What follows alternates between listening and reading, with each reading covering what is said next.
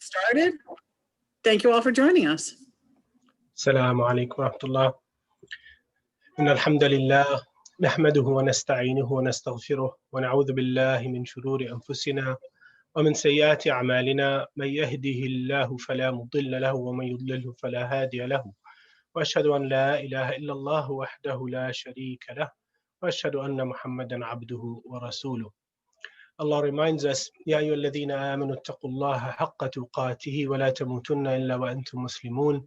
You who believe, be mindful of Allah as is His due, and make sure you devote yourselves to Him to your dying moment. And it reminds us, يا أيها الناس اتقوا ربكم الذي خلقكم من نفس واحدة وخلق منها زوجها وبث منهما رجالا كثيرا ونساء واتقوا الله الذي تساءلون به والأرحام إن الله كان عليكم رقيبا. People, be mindful of your Lord who created you from a single soul, and from it created its mate, and from the pair of them spread countless men and women far and wide. Be mindful of Allah, in whose name you make requests of one another. Beware of severing the ties of kinship. Allah is always watching over you. So alhamdulillah, we have gone through a number of ideas within this series, looking at 5 primary framework ideas that we as the American Muslim community should inculcate and promote within our communities. And we're looking at the 3rd core idea, which is societal obligations. And as we outlined last time in very brief summary, our Muslim legal theorists, our usuli scholars, and of course by usuli scholar I mean those who were the jurists, not the huffaz, not the ones who memorized the Quran, not the ones who were prayer leaders, but those who really studied the jurisprudence and the principles around the jurisprudence that Allah outlines in the Quran and the Prophet ﷺ expounded upon, and then our scholars built upon, right? So when we recognize that this is a juristic tradition, it's a tradition of law, it's a tradition of extraction of meaning and purpose from our source text, then we understand how weighty this process is. And through this process, what our scholars recognized is that there is a primacy, there is a huge and primary emphasis on societal obligations within the Muslim tradition. And the reason is that good deeds are tied to the securing of society's benefits, right? So we are individuals who live within societies, within communities, and our individual actions, while benefiting us individually, which is a primary obligation, that is the fard ain, individual obligations, extends then to our communities, which is the fard kifaya or communal obligations. And why do we have communal obligations? This is the thing to recognize. It is to accrue benefits to the society. And then its corollary is to protect the society, the same society which we live in, which we contribute to, which we benefit from. It's to remove detriments or harms. So these 2 concepts in Arabic are called jalb al-masalih, the accrual of benefits. Jalb al-masalih, maslaha is benefits, and dar al-mafasid, or the removal of mafasid or mafsada, harms. So in this scenario, when we understand the weight of societal obligations, we will then also understand that sometimes, and that depends on the issue and depends on the analysis that is put in, it's not always the case, but in many cases, societal obligations and the preference given to society and the community overcomes the individual's interests, right? Overcomes the individual's interest, or the benefits of a larger number of people will overcome the benefits that accrue to a smaller number of people if they are in conflict with each other. So we are in the midst of COVID. A very interesting example would be as the government negotiates prices from Pfizer, from Moderna, and from other producers of these drugs. what happens is, I'm going to pause for a second.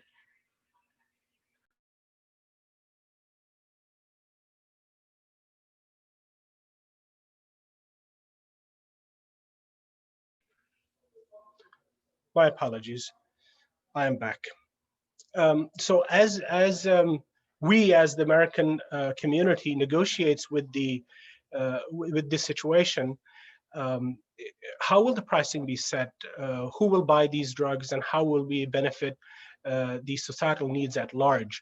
And what is in competition, as a simple example, for which there isn't a simple answer. I just want to alert you to that, because it's a complex situation. But it's a simple question that I'm posing. Do Pfizer and Moderna's profits overrule, which is the interest of the shareholders of Pfizer and Moderna? Do those interests overrule the safety and the immunization and the vaccination of every person, at a minimum, in the United States? You could ask this question globally as well. So the juristic tradition would look at this question and would begin to navigate this question and say, perhaps the benefits of a much larger population, in this case, essentially the whole world, outweighs the benefits that the shareholders of Pfizer and Moderna and their interests, in terms of higher and higher prices versus lower prices and affordable prices. So this is the kind of thing that the juristic tradition in Islam dealt with, balancing these things. Now, another thing to keep in mind is that these societal obligations essentially allow no Muslim to stay on the sidelines. I'll say that again. These societal obligations prevent any Muslim from simply saying, I'm going to sit this issue out, I'm just going to sit and observe, because the obligation for this obligation, the sin of not fulfilling this obligation sits on every individual. When a societal obligation remains unfulfilled, then although it is not to be filled by everyone, it is to be filled by the community. But if it is not filled by the community, the sin is on everybody. We went over this point. But when we don't recognize the weight of this matter, then we are all too often able to simply say, well, I can't contribute to this, so I will just sit this one out. And then if everybody says and thinks like that, then the societal obligation remains unfulfilled, and the sin and the obligation to overcome the sin remains and is a burden on all of us.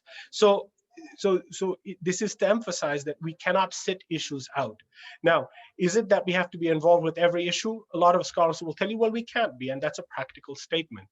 But what we can do is be aware of issues, be educated about issues, and do what we can, even if it is at a minimum to bring attention to this issue. You cannot provide the time, you cannot provide the treasure, but can you provide education around it? Can you create awareness around it with our own families, ourselves, our extended families, our extended communities, the whole nation, the world.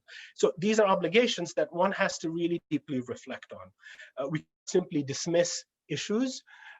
Perhaps we can't do everything that is potentially possible, but we can do some things. What is not acceptable is to do nothing about it, right? What is not acceptable is to do nothing about it. Okay, so here's another concept.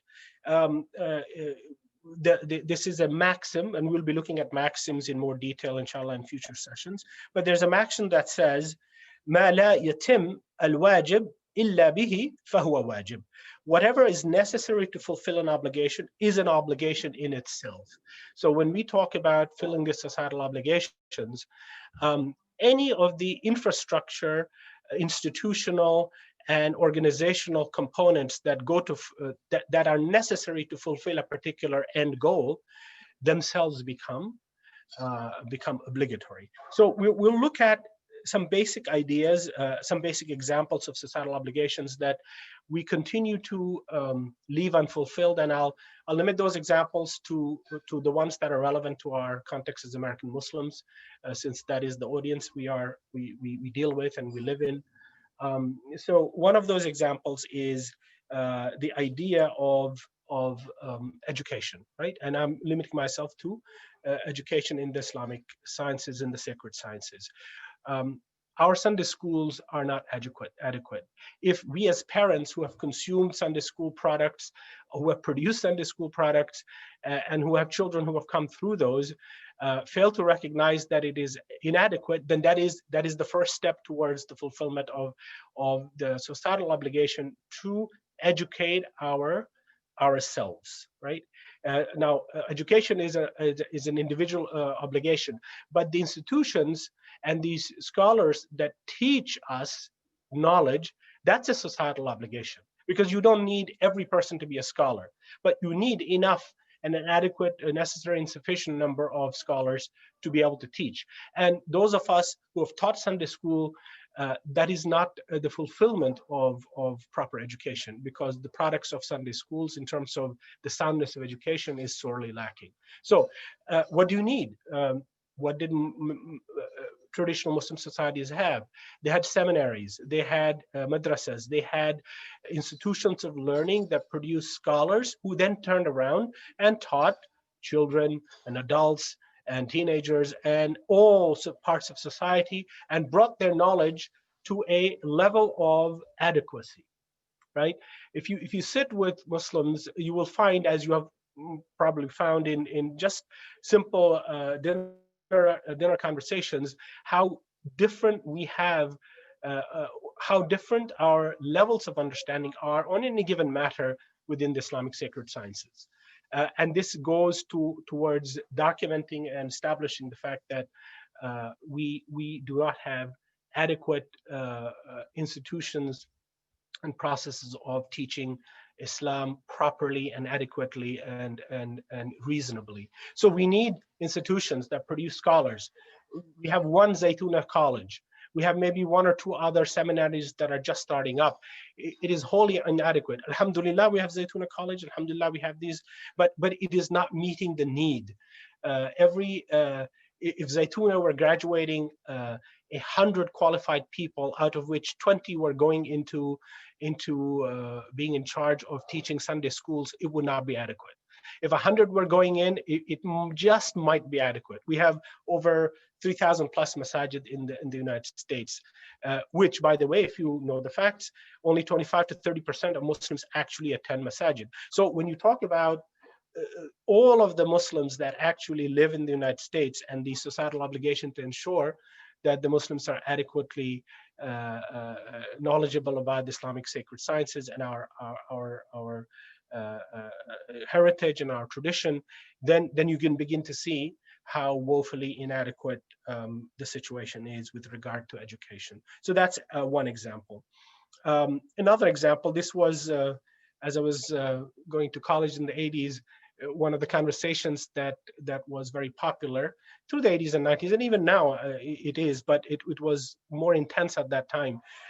There was this question about Muslims going to college and learning to be engineers and physicians, right? Because certainly in the immigrant community, that was it. If you were a physician or an engineer, you had it made. Anything else, and we felt sorry for you. And then the conversation amongst the community activists and members who were thinking ahead arose that these career choices are limiting, and they do not adequately address the needs of the community. And so there began conversations around whether we need more lawyers, whether we need more social workers, and so on. And in one area we seem to have done okay. We have more lawyers in the American Muslim community today than we had in the 80s. However, majority of these lawyers are corporate lawyers, right? They are in very lucrative branches of law, and not other branches of law that are equally in demand and equally in need. Human rights law, civil rights law, law that focuses on the environment and its protection. These are areas where we, as Muslims at least, are still missing.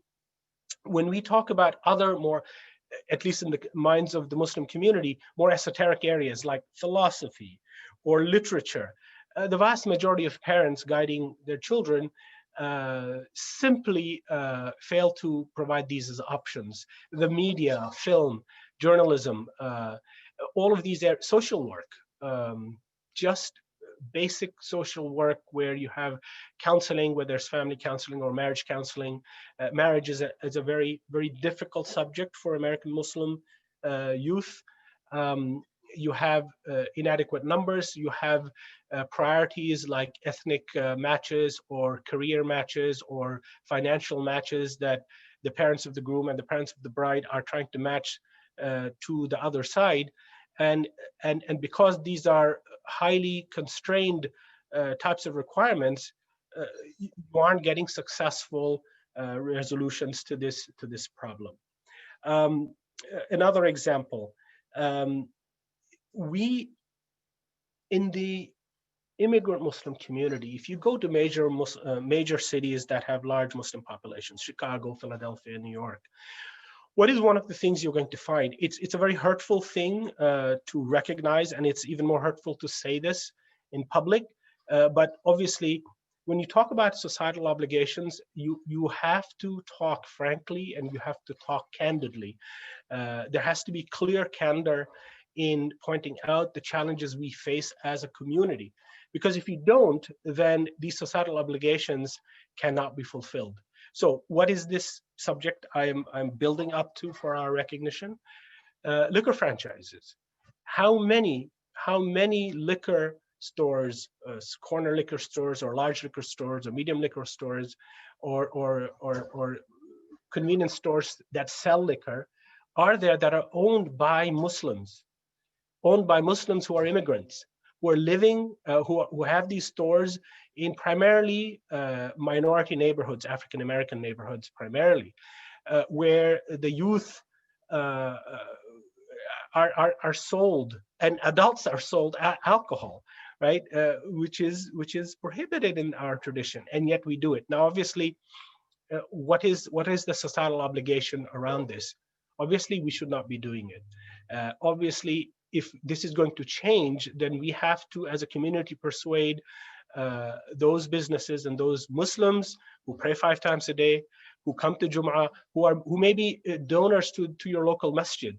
We have to help them see the error of this choice for a livelihood and begin to transform and move away from these types of engagements within society. So I've given some examples. There's 101 examples to talk about and to discuss.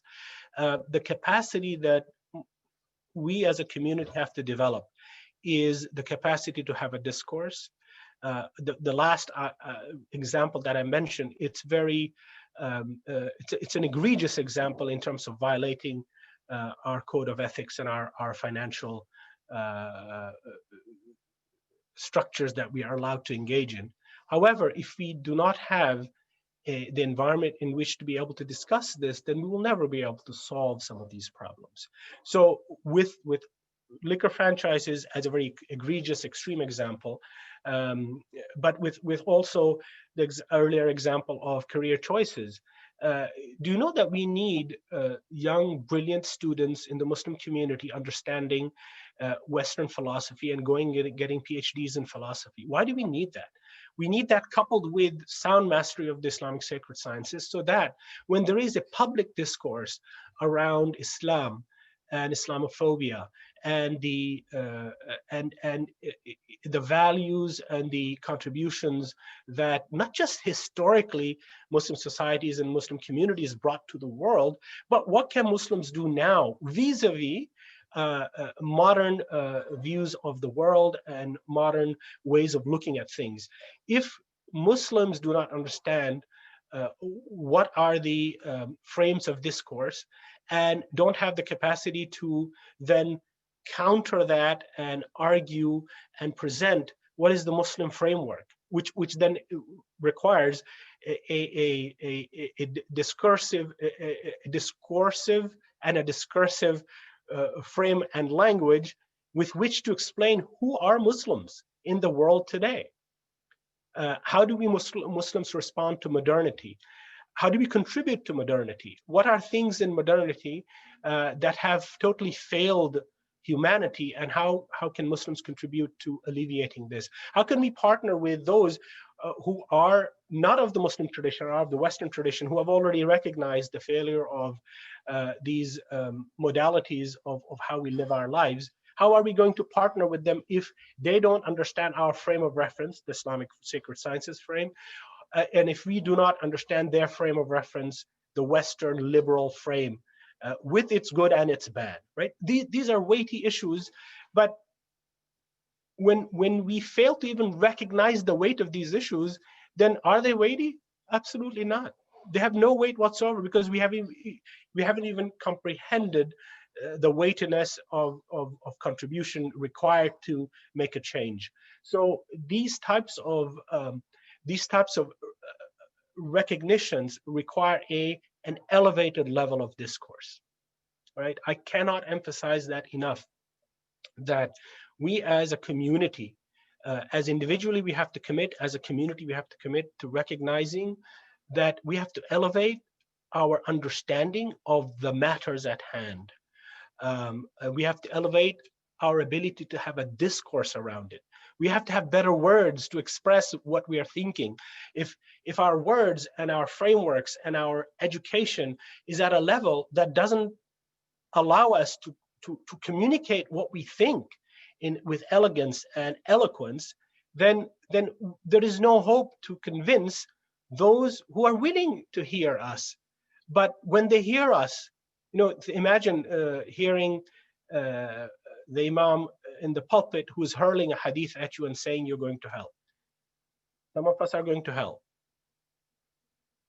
And then there is a way to convey it and to attract hearts and minds to Allah and His Prophet.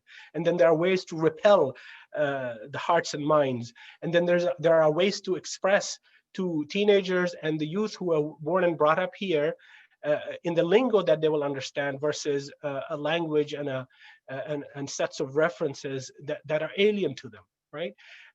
If we don't have that type of discursive abilities in those who present to us, both in our leadership, and I'm including community leadership. If community leadership cannot speak eloquently to the difficulties and matters at hand, then how do we inspire a community to be committed to societal obligations? If we cannot engage them in the places of our congregations, in our masajid, or in these forums. We have been Zooming along for the last 6.5 months. But if the quality of our Zooming conversations is low, then the output is going to be predictively inadequate. So may Allah guide us to recognize the weight of societal obligations. May Allah guide us to begin to create spaces where we can have these conversations. And as I said, we have to be frank without being afraid that we will hurt people, without being afraid of blame and counter blame. So if I am involved in a liquor franchise, God save me from that. I need to have the strength to hear that discourse. I need to have the strength to engage in that discourse, and then begin to find ways to get out of it. The Prophet faced similar scenarios and provided very interesting solutions, golden jubilees and other kinds of solutions. So there are ways, there are means, but it requires deep engagement with our tradition, not a shallow one. And this is the last thing that I will end with, which is, please check ourselves. Let us begin to check ourselves to the quality of our discourse. Are we saying things that are sound and established in the tradition, or are we just speaking off the top of our heads without really reading, without really thinking, without really, there is tafakkur, there is tadabbur, there is deep engagement with the Quran and with the Sunnah. There is deep thinking and reflection with the Quran and the Sunnah. And when that happens, then your language changes, right? Your language changes, and with the change of language, how beautiful is the Arabic of the Quran? It is different than modern standard Arabic, right? Which is not inspirational, but the balagha of the past of classical Arabic is inspirational, and the Arabic of the Quran is out of this realm, because it is from Allah subhanahu wa ta'ala. What is our aim? To have low level Arabic, or to have this high level of Arabic and ability and conversation? So I invite myself and all of us, within this format, but within our circles of social interaction, to encourage people to go deep in improving our education, because always at the root of societal obligations is a transformed mind, which is also then a transformed heart. إن الله وملائكته يصلون على النبي يا أيها الذين آمنوا صلوا عليه وسلموا تسليما اللهم صل على محمد وعلى آل محمد كما صليت على إبراهيم وعلى آل إبراهيم في العالمين إنك حميد مجيد ربنا آتنا في الدنيا حسنة وفي الآخرة حسنة وقنا عذاب النار ربنا لا تزغ قلوبنا بعد إذ هديتنا وهب لنا من لدنك رحمة إنك أنت الوهاب عباد الله إن الله يأمر بالعدل والإحسان وإيتاء ذي القربى وينهى عن الفحشاء والمنكر والبغي والسلام عليكم ورحمة الله. Walaikum salam wa rahmatullah. Jazakallah khair, Brother Iftekhar. What a great reminder. You know, it's so important for us to think about this piece of education in the Islamic community and supporting our budding scholars and the students of Islam. Without our, and again, to be frank, without our financial support of these students, people aren't encouraged to go into scholarship because they are concerned, how are they going to care for their families? How are they going to take care of themselves? So it's important that we as a society support that and encourage that application. So mashallah, jazakallah khair for the reminder. And we all have to take part in our societal obligations. So Sister Muneera, we're going to turn things over to you now, mashallah. Looking forward to your discussion, inshallah. And then stay tuned after, everyone, if you could. We have a few announcements and just an opportunity for some questions, inshallah. Alhamdulillah, Nicole, thank you. Assalamu alaikum wa rahmatullahi wa barakatuh, everyone. It is indeed an honor to be able to speak with you today and address the issues of race on the main line, past, current, future, mashallah. When I told my daughter I was going to be speaking to you today, she got so excited because she said, Mom, she said, I know out of all the speeches you've given, this is going to be the talk that is going to hit closest to your heart because of the Muslim that you strive to be. And she was just absolutely right. I cannot tell you how special it is to me to be able to speak and say alhamdulillah and inshallah and all the things that we know, come directly from Allah, that I just, can live in that exuberance in the conversation today. So I feel like it's so timely, and alhamdulillah for everything that Brother Iftekhar said, because there were so many reminders in what he was saying to myself and in this work that I do within our community. So I'm going to give a little bit of a background of myself just briefly to let you know that I was born and raised on the main line. I was born in 1961. So I have a lot of years that I have been watching the dynamics of race within our community. I also, alhamdulillah, was born Muslim, raised Muslim, and within our household in the 60s, it was very, very rare that you came across another Muslim.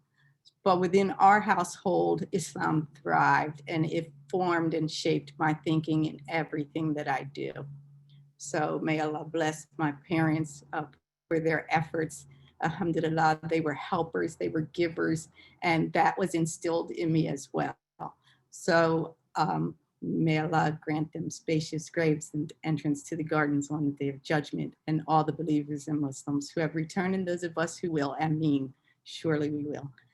So my parents also were of different races. So my mother was a white German woman, and my father was a Black American man whose lineage came directly from Virginia, but from the long haul came from Ghana and Nigeria. So he's a very dark-skinned man, and my mother was a very fair and light, German woman. So the dynamics of race, were embedded in our household. I learned so much from watching my parents learn how to take their two cultures and merge them in a way that will be successful not only for themselves, but for 6 children and for the community that they were serving at large. So I think that that gave me a perspective that most have not had.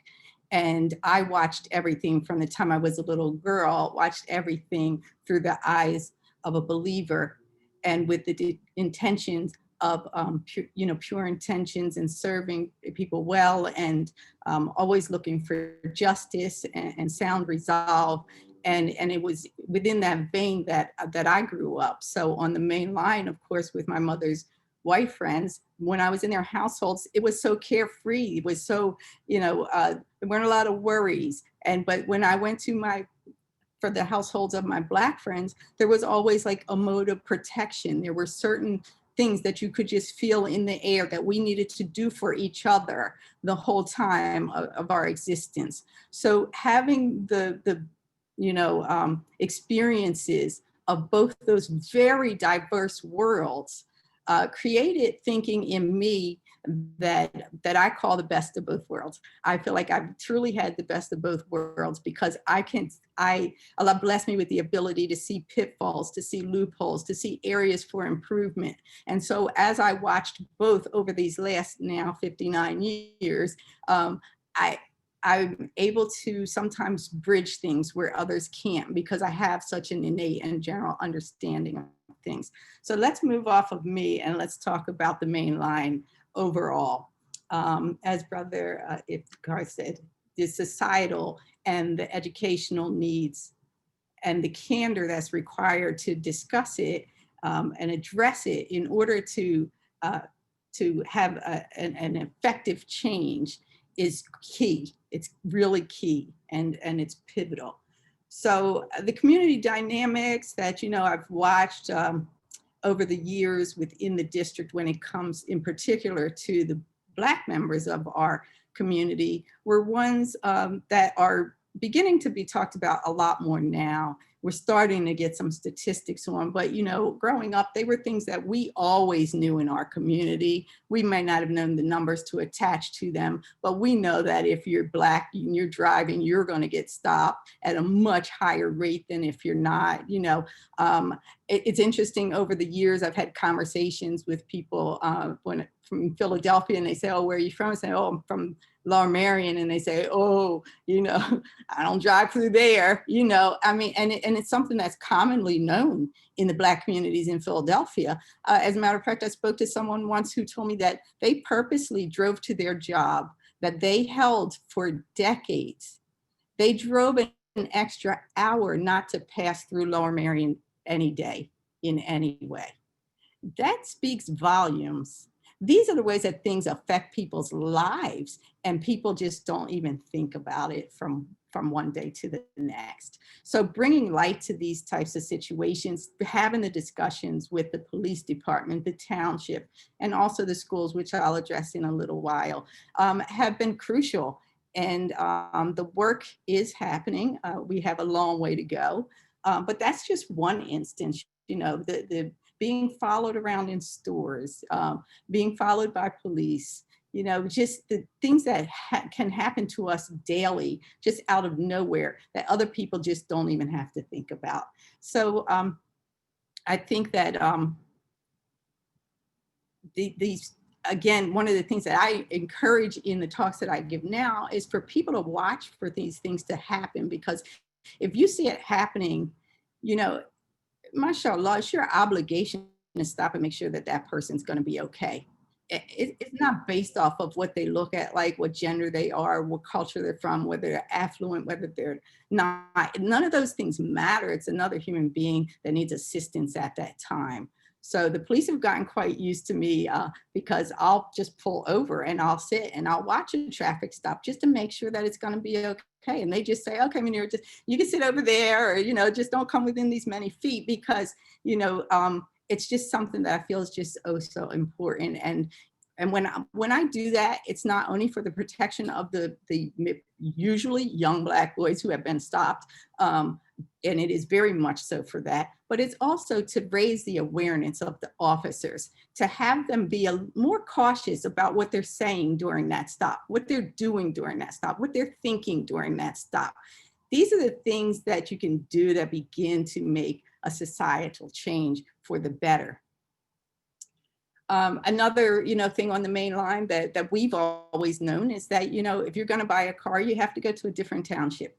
Lower Merion car dealerships did not sell cars to us. They didn't want us in their establishments, and there were other establishments who didn't want us there either. They made it very known. The banks would not give us loans. These things were just well known on the main line, and very sadly, these things are still happening to some people. So there are those of us now who maybe they'll consider, oh, she speaks well, oh, he was dressed nicely, so maybe I'll give him a shot. So in that way, these things have changed, but you still have the feelings of these things on the main line. And worse yet, you have the generational effect of those that it happened to much more actively and prominently in the past. So as we move along a little bit, I'd like to talk about the schools, Lower Merion School District, to give you a brief history in regards to race in the district. Historically, in Lower Merion School District, Black students were put into the special education program. When I joined the district in '65, it was common occurrence to put the Black students into special education immediately, because there were certain governmental funds that they would get to have X number of students in special education. So their view was, okay, well, we'll just put them in there because they're going to be harder to teach anyway. They're going to be harder to discipline anyway.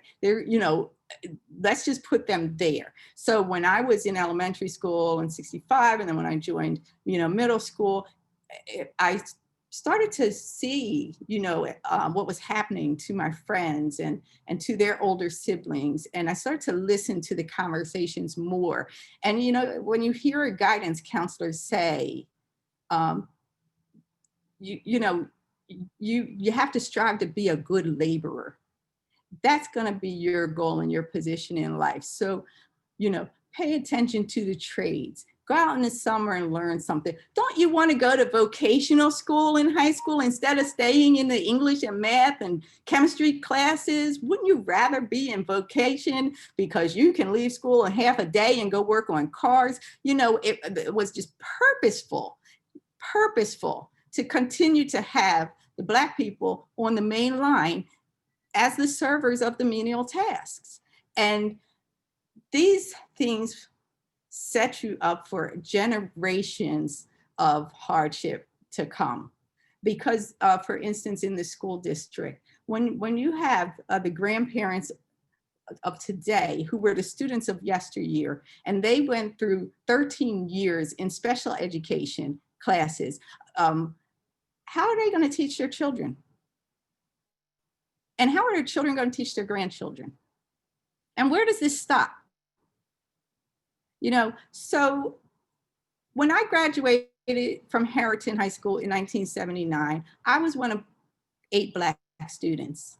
Out of the 8 of us, I seriously would consider 4, possibly 5, to have graduated functionally illiterate. This is not a light matter. Then they, how are they going to teach their children, when it's time, without the assistance of those of us, who may have had, parents who did teach us beyond what the district was teaching them, the way my parents did. That wasn't the norm. Where did that come from? You know, thankfully, my father was highly educated, even though his story of education on the main line was such that he was given a project in middle school. They told the class to go home and design your dream home and bring the pictures in the next day.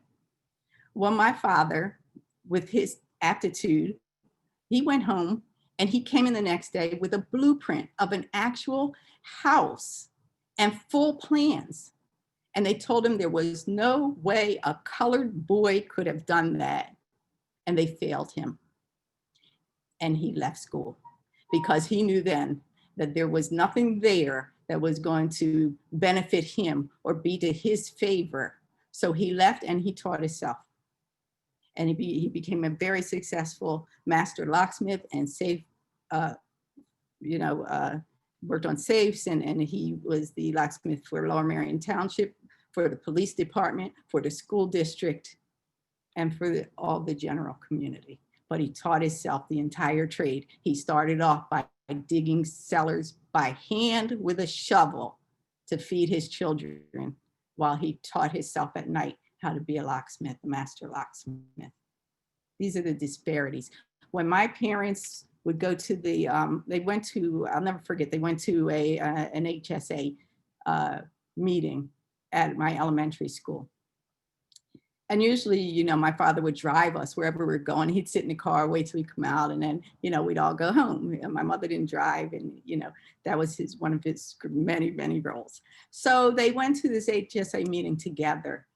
And I just can never forget the feeling in our house when they came home. And I found out that they asked my parents to sit separately. They wouldn't let them sit together. So, you know, these things, as you see, I'm emotional about that now. And that was 40, 50 years ago.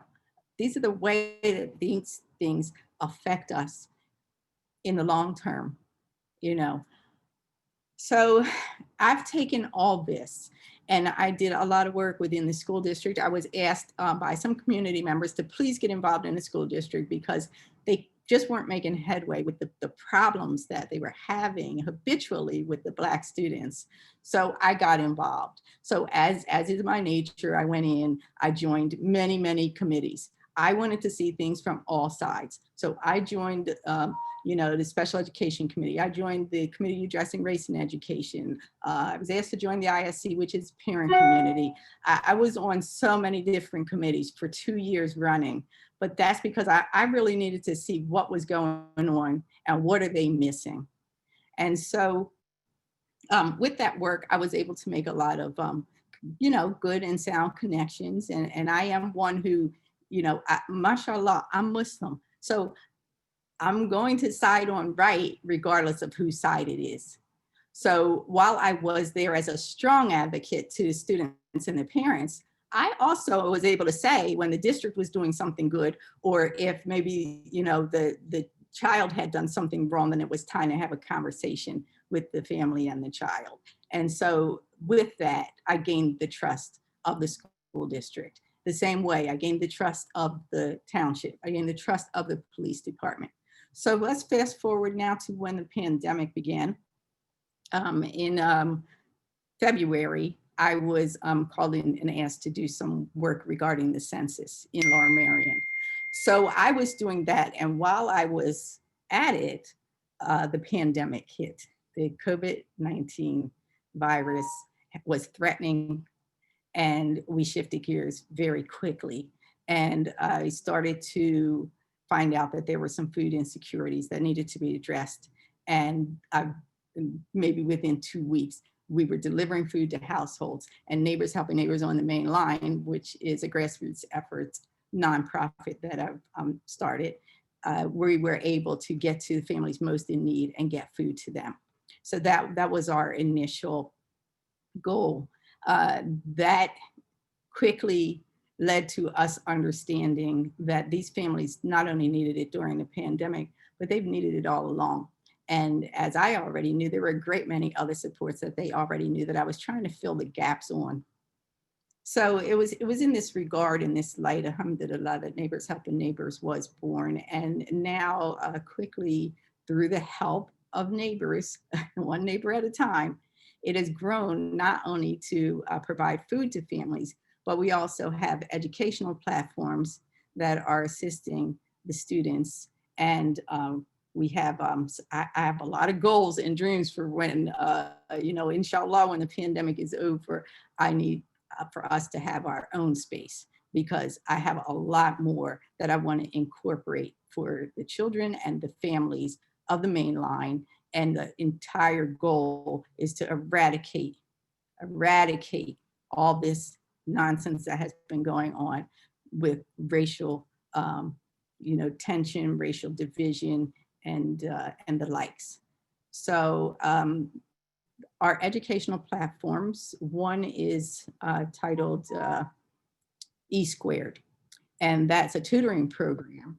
And the goal is to capitalize off of, the pandemic is such a scary time, and the virus, and it's changed our world so much. And with the students being on a virtual platform and us and the Zooms and all, it's really caused us to have to rethink how we do almost everything. Is also, though, a great time of reflection. And if there is a way for us to gain from this time period if we use it wisely.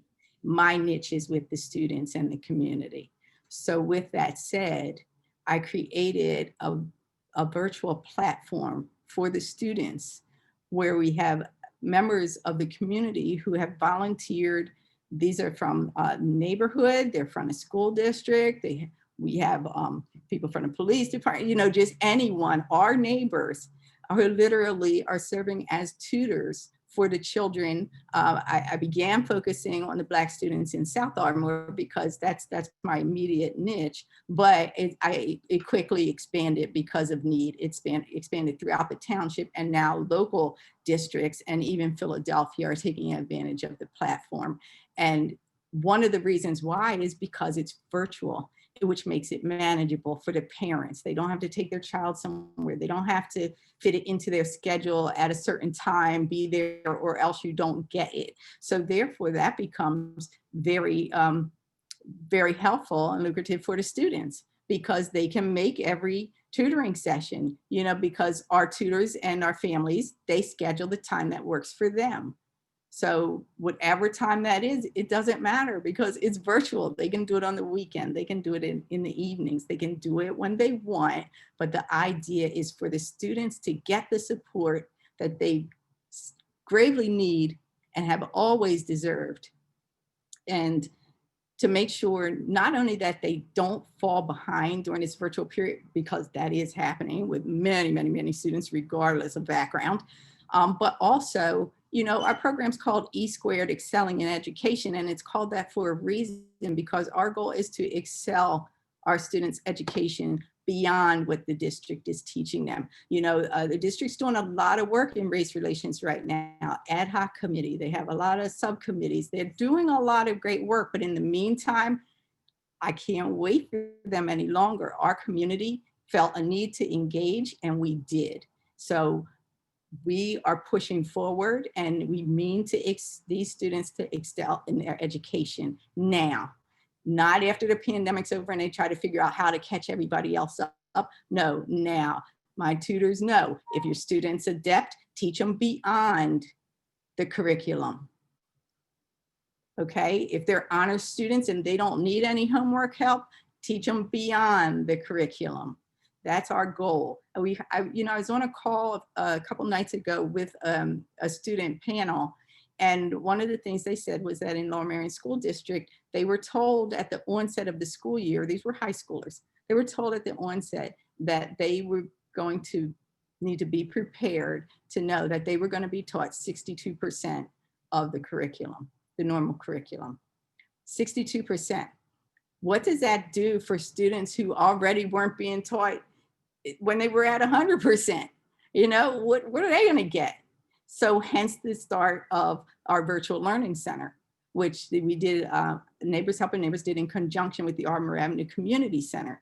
So I'm sorry, I'm just gonna check and make sure that our time is good. Okay, thank you, Nicole. So I'll tell you briefly with the, we set up a virtual learning center, which was a socially distanced opportunity for parents who either had to work and did not have childcare or the means for childcare, or who were affected generationally, like I described earlier, and could not teach their children themselves well enough, and especially virtually.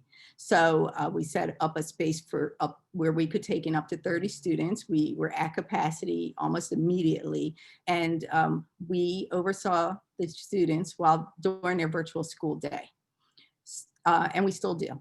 It was extremely successful immediately. And one of the reasons why, well, I worked with the elementary age that was comfortable for me. And it was comfortable for people at the center because they're used to working with the high schoolers and middle schoolers.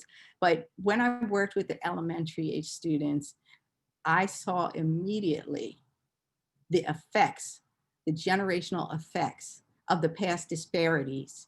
And I saw it in their approach to their education. Even when they were adept, even when they knew the answers, they balked. They thought they didn't.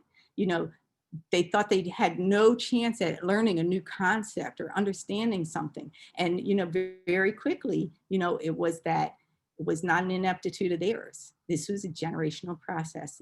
So I'm not going to keep going on, but I do want to say that it is my full intent to get our own space when we get beyond COVID and we can get in that space. There will be a space dedicated to the students. These programs will go on. They need to continue. My goal is to do it at least the next 17 years so that I can follow the kindergartners now all the way up through high school, so that I can make sure that they begin to come out of the district the way we intended when we first sent them into the district. So, mashallah, thank you so much for listening. And a couple of people in the chat are asking about volunteering. Thank you so much. Alhamdulillah, we always need volunteers. There's an opportunity to sign up as a volunteer or to donate towards our space or whatever you can do to help.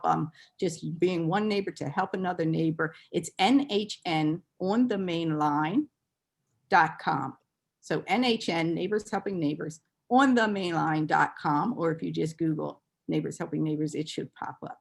So thank you, everyone. Alhamdulillah, it was great to speak with you. And I look forward to talking to you and seeing you again, inshallah. Assalamu alaikum wa rahmatullahi wa barakatuh.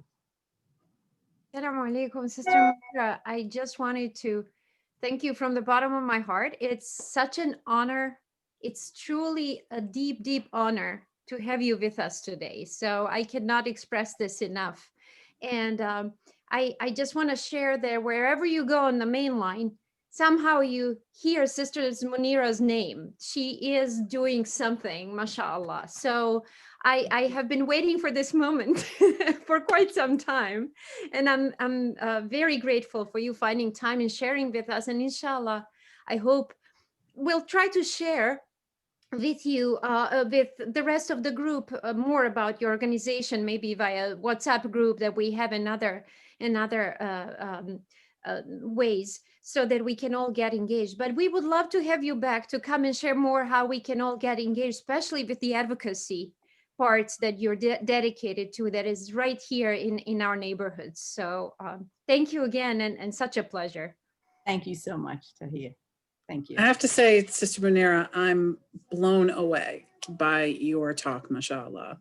You know, it was emotional for me hearing you speak, that in our lifetime, because we're of similar age, in our lifetime, the things that you experienced are so very different than my experiences. And it's important that we're aware of those things.